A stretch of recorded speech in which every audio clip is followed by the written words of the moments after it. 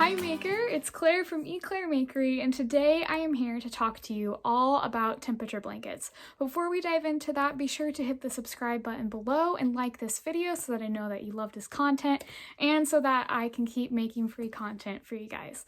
Okay, so now to temperature blankets. So you might have seen floating around on social media like Instagram, Facebook, or Pinterest these blankets done in usually rainbow colors that are huge, and they're called temperature blankets. I first saw temperature blankets on Instagram, and I heard people talking about, oh, I made this whole blanket throughout the year, and I have it where, oh yeah, all these colors represent something, and this is basically my crochet journal for the entire year. Some people go back and do them for their children, for the year that their child was born, to kind of represent that whole year and as part of their life.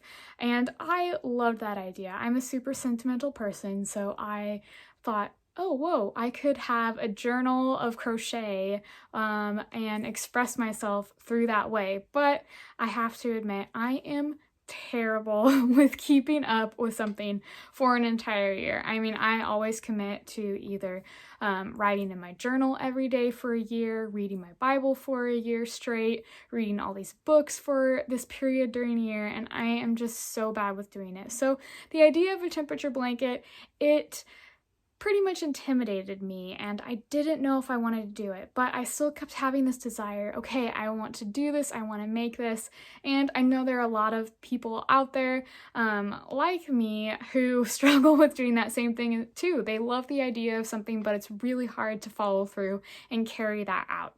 So I made it pretty much my mission to try and figure out a way for all of us who have a hard time committing to something for a year, where we could make this type of project but not have to do a ton of crochet time invested in it. You can just do a little bit here and there.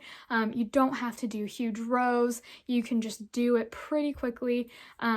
So I am going to help break down all the steps of how to plan a temperature blanket and then share with you my temperature blanket that I am making that is super quick and easy to make.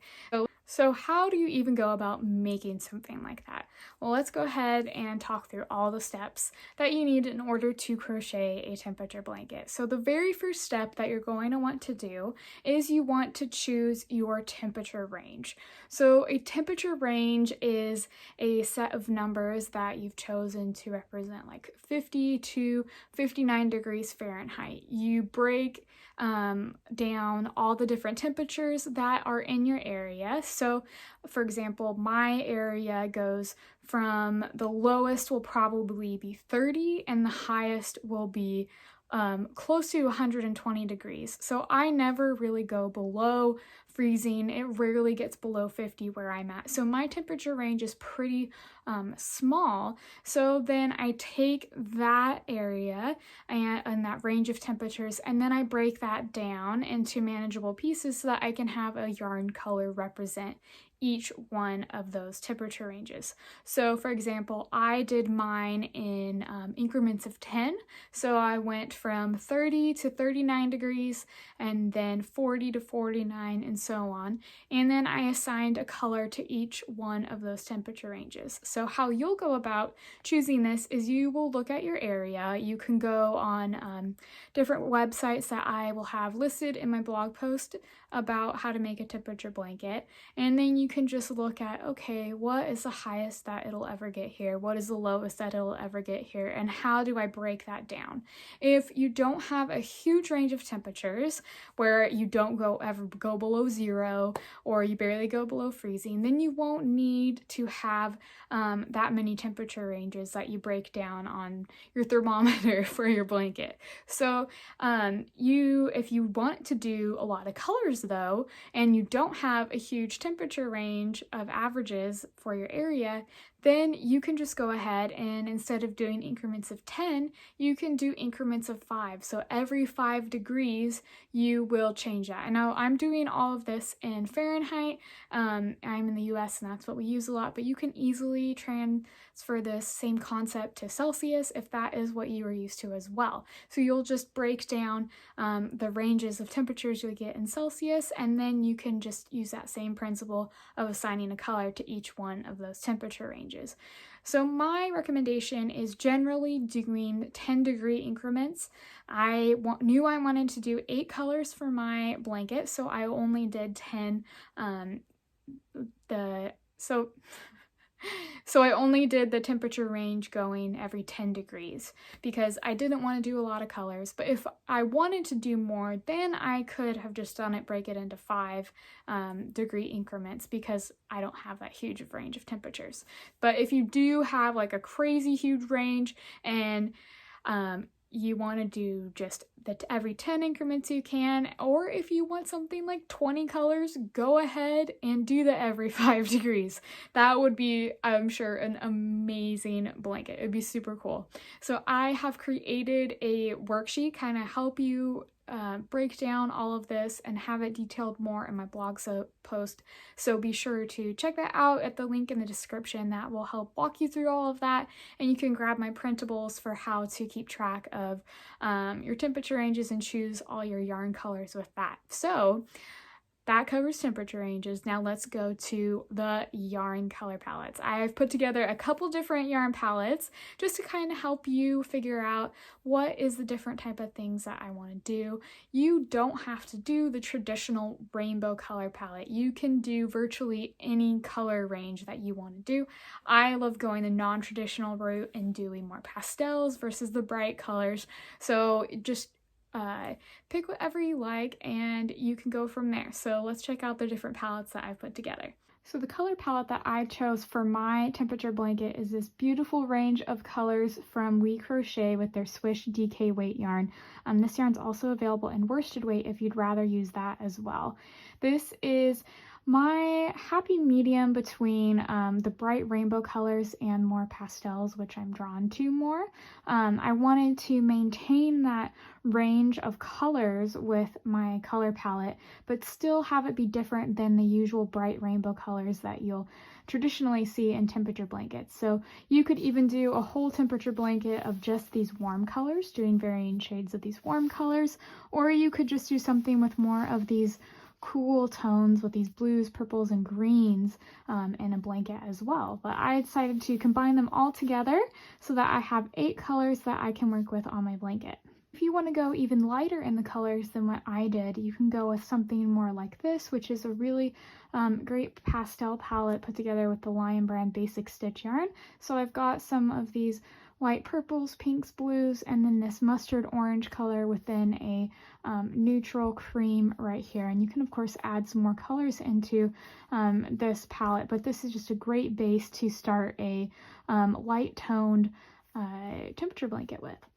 The third color palette I've put together is made with this King Cole Comfort yarn. It's super soft DK weight yarn, so it's great for making baby blankets, which is why it's called Baby Comfort.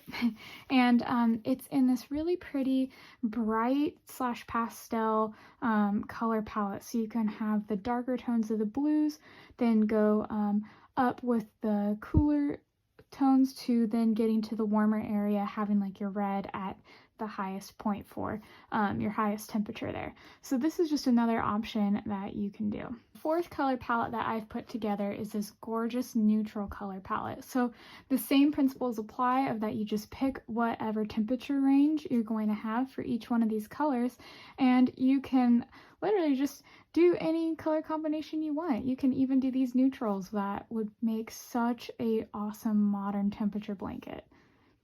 So once you have your color palette, then it is time to go and pick out your pattern. So there are a couple different styles of temperature blankets that are traditionally used. Often people will do something where they'll do one row represents one day. So you can either do different panels where you have like 3 long panels and then you have short rows that represent each day.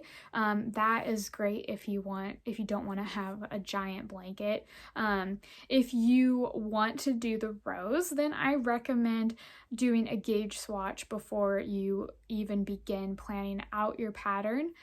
You should do a gauge swatch in general, but a gauge swatch essentially is a 4" by 4" square that represents the amount of stitches across and the amount of rows tall your pattern will be every 4 inches. This will really help you in determining the size of blanket that you are going to end up having with the chosen stitch you do, and just give you an overall feel of, okay, how many stitches do I need to make this across and how many rows tall do I need this to have. If you are using a worsted weight yarn and you are using the row method, I would recommend doing something like a single crochet stitch. You could even do a lemon peel stitch or the moss stitch, just something that's really small, so that since you have to have 365 rows, that way you don't end up having a ginormous blanket in the end. If you want to do something like double crochet and use a lighter weight yarn, then I'd recommend doing a DK weight, and you could do double crochet and that should be okay. You'll just of course want to check your gauge and make sure that you don't get it too large. Another popular method for temperature blankets is doing granny squares for each day. So you can have a tiny granny square represent each and every day of the year, and then you can just make that granny square and the color for your temperature for that day, and then sew them all together at the end so you have a blanket. You will want to do the same thing with making a gauge swatch and make sure that your blanket won't be too huge with doing the little granny squares. And you can even do a granny square where maybe you have 7 rounds of it and each round represents a day of the week. So you could even have it do that in huge bulky weight yarn, and then you will have 52 squares and it won't be super big. So my favorite method for making a temperature blanket is corner to corner crochet. This is one of my favorite ways to make blankets because you use tiny little squares that are stitched together as you go along, and then that makes a really cool grafghan. So I have designed a blanket so that you won't have to do that many squares per day. It is done in corner to corner crochet inspired by classic quilt blocks, so it's completely different than the normal temperature blanket that you'll see. Each quilt block is inspired by a vintage one that I've found and really love, and then it will have a chart that you can fill out your temperatures for each day, so you really only will have to do between 3 to 9 tiny little squares per day, and it works up super quickly. I did mine for representing the month of February in just like I think 2 hours. It doesn't take that much time at all, which is one reason why I love it, because I can have one 14" by 14" square represent the entire month, and then I can do that in one day at the end of the month and don't have to work on it daily, because I know that I would be really terrible with that. I'll share more info about that at the very end of this video. So once you pick out your temperature ranges, your colors, and your pattern that you're going to use, then you're going to want to keep track of your weather data. So you can do this through a couple different websites. I've included them in my blog post in the link in the description. They will provide weather data for either a whole entire year, a day, a range of days, a whole month. You can find pretty much any type of historical weather data you need on the internet, which is awesome. And if you even want to go back and do one for like maybe the year your child was born and you're doing it right now, you can go back and find the temperatures for an entire year on these websites, and it's really cool. So if you're starting this way at the end of 2020 instead of in March, like I'm starting in March, so I needed to know the temperature data for January and February, so I was able to go on this website and then I can record all of the temperatures that I need. I chose to go with doing all of the lows for my temperature blanket because that way I can get more of a range of colors. Otherwise, it wouldn't really go below 50 ever if I were doing the highs. So you'll just want to pick the high or low temperature of your area, and then you will have your temperature data reflect that. You don't need to record it for all the different months. You could even print out the pages of this data if that is easier for you.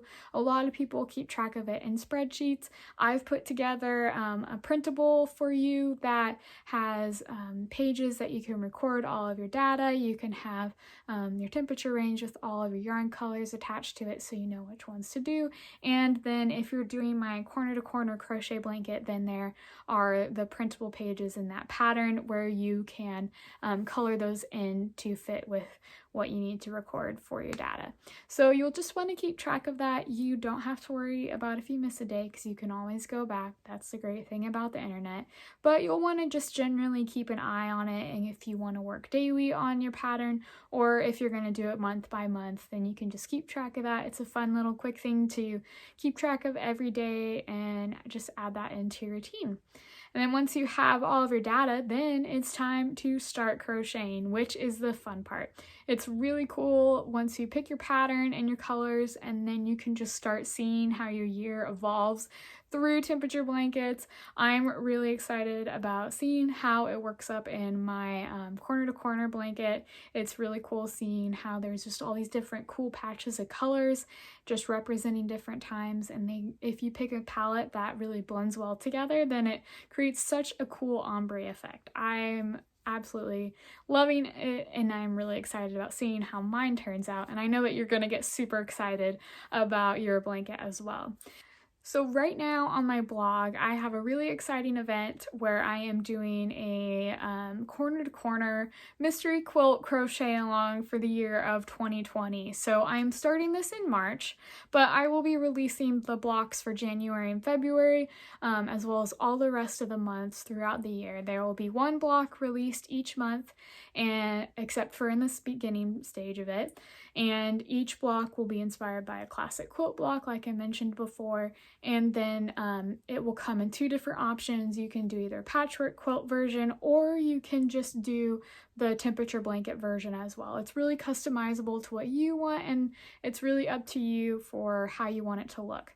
I am hosting a crochet along for it in my Facebook group, where I'll have giveaways for yarn, hooks, and patterns, and then have some different Facebook lives and different chats so that we can work through this blanket together and just enjoy the crochet community as we chronicle our whole year and keep each other accountable, because it's really hard to stick with something like this.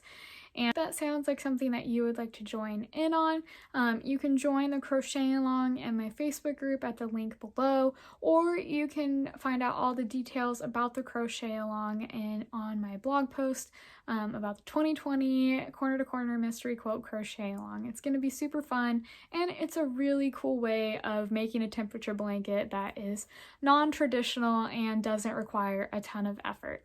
So I hope that this video helped you learn more about temperature blankets and maybe convince you of why you need to make one. I'm really excited to make one this year, and I hope that you are too now. And even if this is the middle of the year, you can still make one. There are so many different resources that will make it possible. And I can't wait to see the gorgeous projects that you are going to make. So if you haven't already, be sure to subscribe to my channel so you don't miss out on any of my videos. For my corner to corner crochet along, I will be having instructional videos for how to do different techniques in corner to corner crochet. So if this is your very first time doing it, you can totally just jump right in and learn how to do it and join the crochet along. So you won't want to miss out on that. So subscribe to my channel and be sure to like this video, and I will see you next time. Thank you so much for watching this video. Be sure to like it below if you enjoyed watching it, and hit the subscribe button if you never want to miss out a video from me, and also check out my other videos and tutorials on my channel. See you next time.